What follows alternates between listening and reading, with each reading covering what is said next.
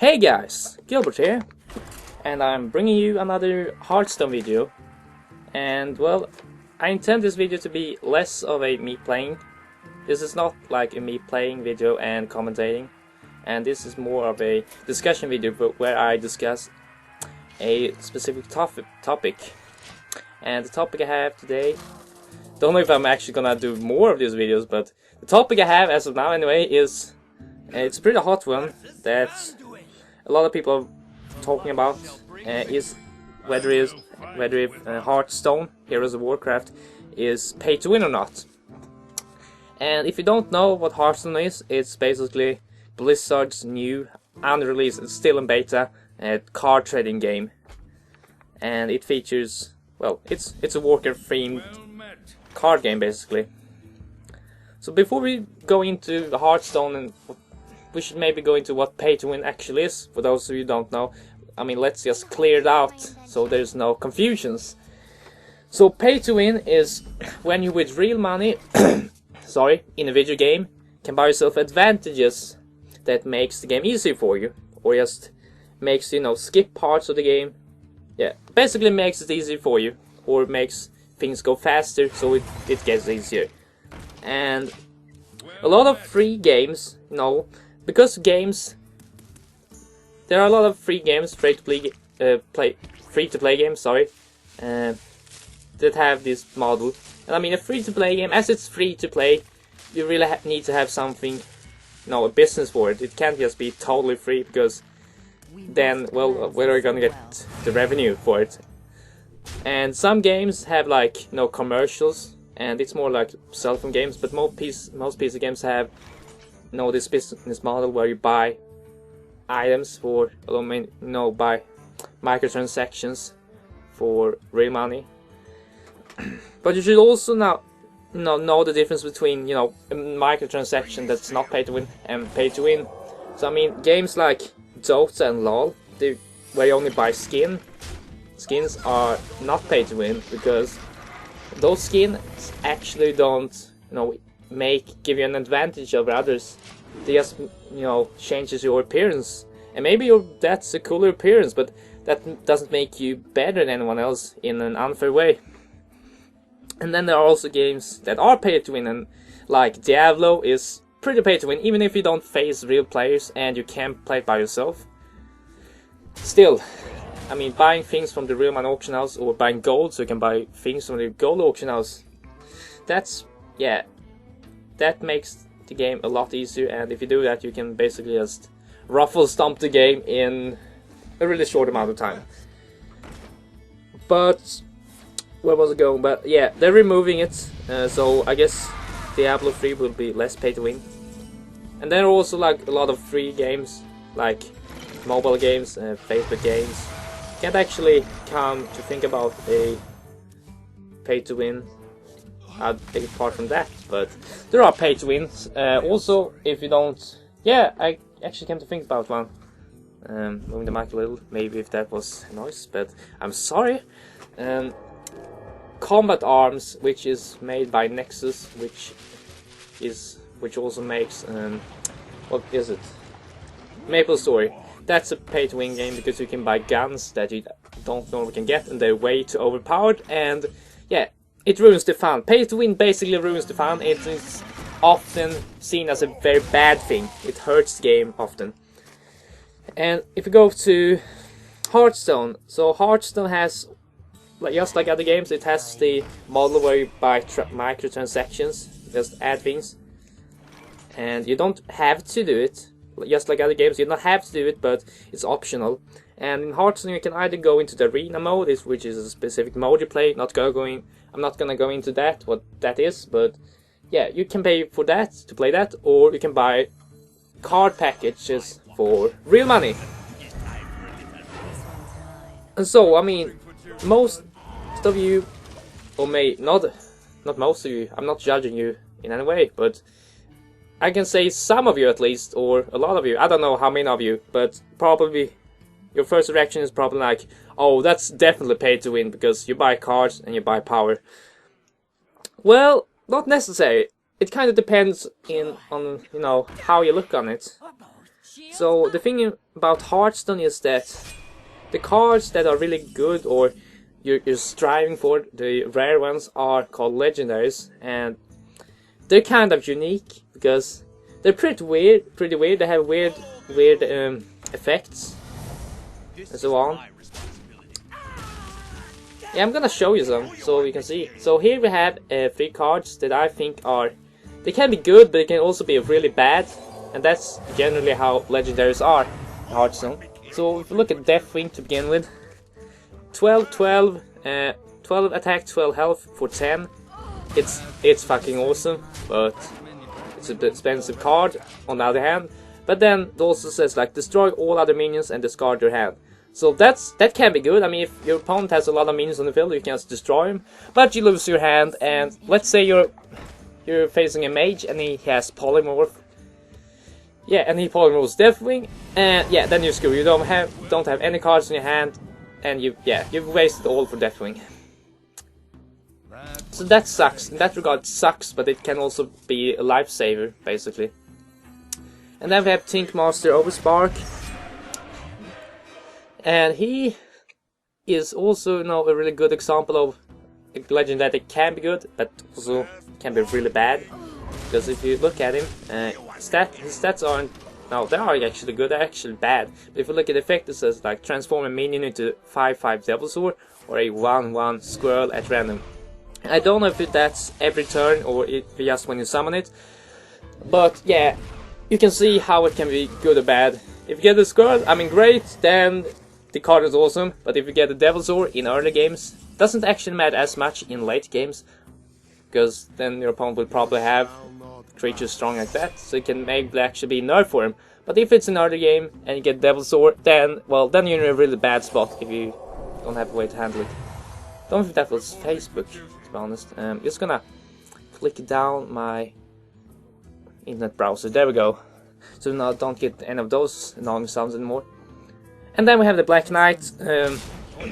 Maybe it doesn't seem like it's too weird to begin with.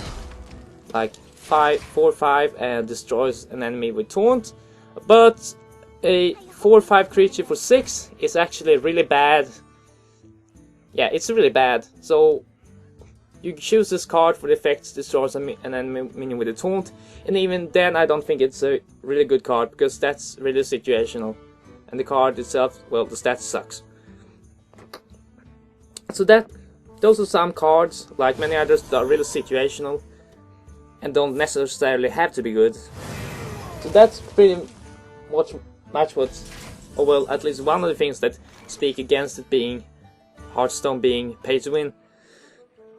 But then, well, all legendaries aren't like this. There are some that I think are just, playing good. So if you look at these cards, you can see Karn Bloodhoof. I think it's Karn, Caney Bloodhoof, Caney West Bloodhoof. 6 costs 6 mana, has 5 attack and 5 health, and summons a 4/5 Bloodhoof. So it basically, even if you don't get both of them at the same time, you basically pay 6 mana for a 8/10 creature, and that's fucking awesome. You can pretty much compare it to, I don't remember the name of it, but there's a creature with exact same stats and mana cost, some paladin creature, and it has a divine shield. You can pretty much compare it to that one, because that's a really good card, I think. But the divine shield, which makes it invulnerable but until you get hit, and then it disappears, and then you're normal. Now I lost track. Yeah, it can be taken out by weak minions, and then it's kind of a waste and it's bad. But this creature, you actually have to kill it and kill the other one, so you actually have to damage it for 10 health, and that makes it a really good card, I think. And then we have Tyrion Forging. Gonna go browse through this a bit quicker. Tyrion Forging is an amazing card. 6/6 for 8, not great, but Divine Shield, Taunt, and Death Relic equips a 5/4 Ashbringer weapon. Yeah, that's an amazing card. I don't know why you wouldn't want to have it. Of course, these cards can get silenced, and then it's pretty much a sucky card. but all cards can get silenced, and yeah, even if it's not a legendary. So I mean, still, I mean, this is better. This is a better card than most other cards. So there's really no reason for you to not have it in the deck. And then the Grommash Hellscream, 4/9 and 10/9 if you enrage it for 8. That's insane. It's a war specific card, by the way, just like Tyrion is a Paladin specific card. But yeah, it's insane. Why wouldn't you want to have it? Just gonna see how long I've been talking. 10 minutes, so that's alright. It's insane. Why wouldn't you want to have it? Yeah, so those cards they're just insanely good, and there's really no reason for you to not have them. So that kind of speaks, you know, against Hearthstone having, you know, its legendaries and it not being pay to win. But where I'm going. But also but these cards, I mean, you can get these cards even if you don't pay, because you can craft cards in Hearthstone, and you do it with something called Arcane Dust, which is pretty much the material you use or resource. And you can get it from doing the arena, not from Daily Rewards, doing the arena or disenchanting cards. But then again, I mean, a card legendary normally costs, like, if it's not a golden one, then it's even more expensive, though it's not actually any better. A legendary normally costs like 1,600 dust, and if you think like the card normally is disenchanted, which is destroyed, and you get dust. It's disenchanted for 5 dust, so you get 5 dust.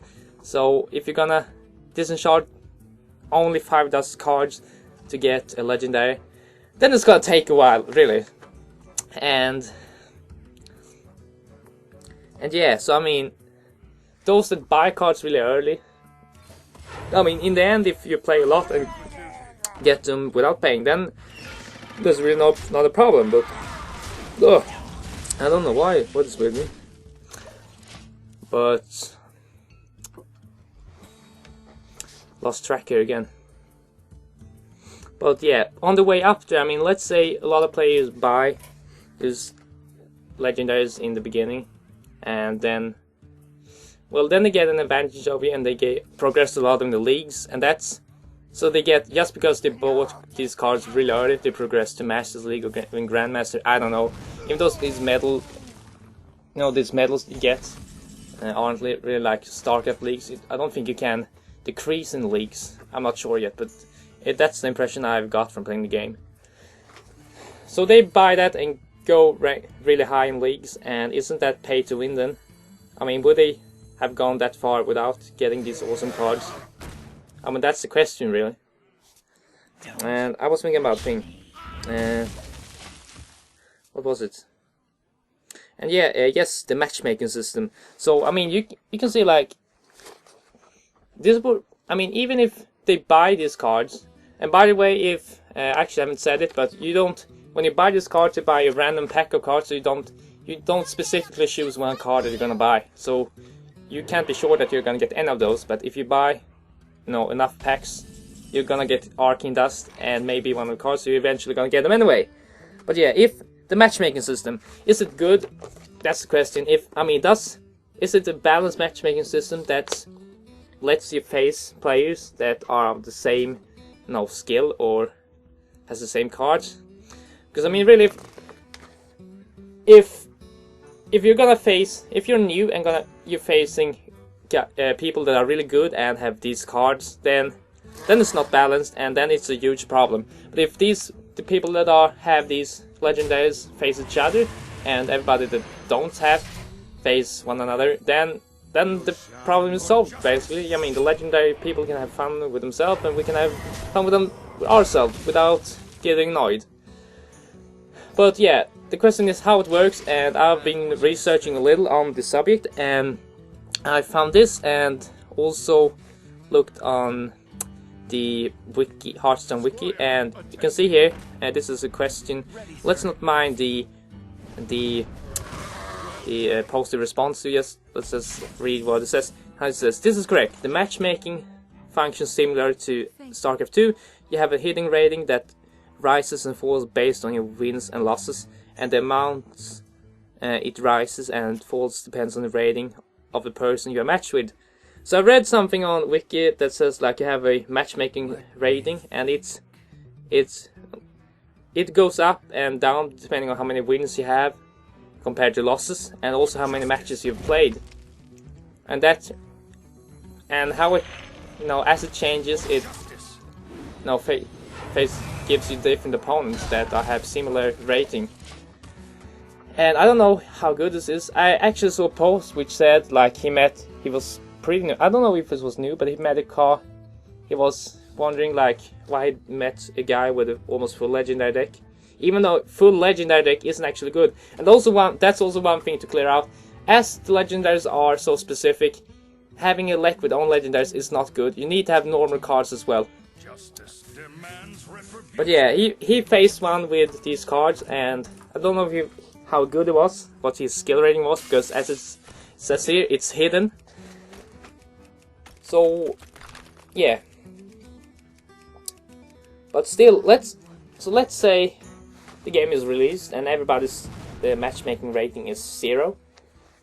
Then we have two persons, like one person that he doesn't buy anything, he plays for free, and another person that buys a lot of packs directly and gets a lot of these good legendaries, like the ones I showed you that are good in all situations, I think. And he faces this guy with basically just a starter deck. Then the guy that has board card has clearly a card advantage. And even if he doesn't buy legendaries, he can buy other cards that are hard to get. And it gives him an advantage.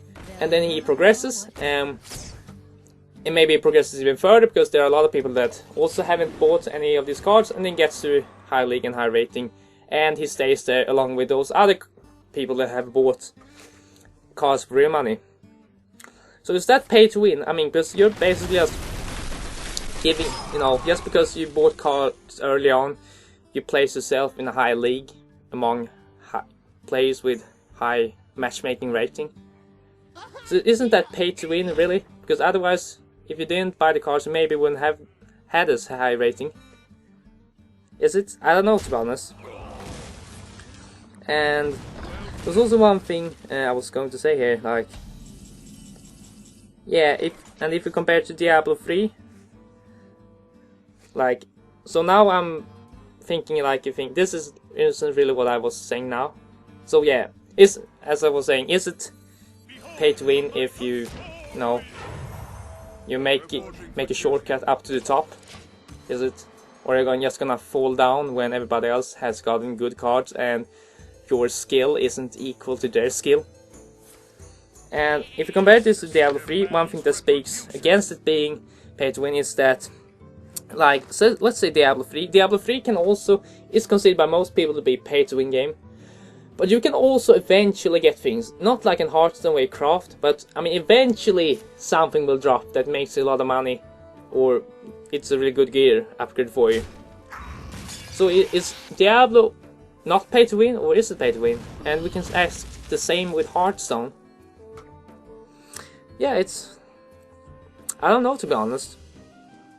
But I can say that Hearthstone is a pretty balanced game. I mean, I've been playing Yu-Gi-Oh! And it's a ton more balanced than Yu-Gi-Oh! Yu-Gi-Oh! Basically, I mean, it's really fun because you have a lot of weird effects and weird monsters. But these effects are often they're too varied, and that makes the results getting really weird, and it can get very unbalanced. So that's a minus. But Hearthstone, I mean, even if you summon Deathwing, you can toss a polymorph that makes it into 1/1 sheep or something else. So yeah, I'd still say that Hearthstone isn't the most pay to win game. I don't know if it's pay to win, but maybe in some ways it is, because of, if you look in the ways that I've been looking in this video of how it's pay to win. In some ways it isn't. But yeah, in overall,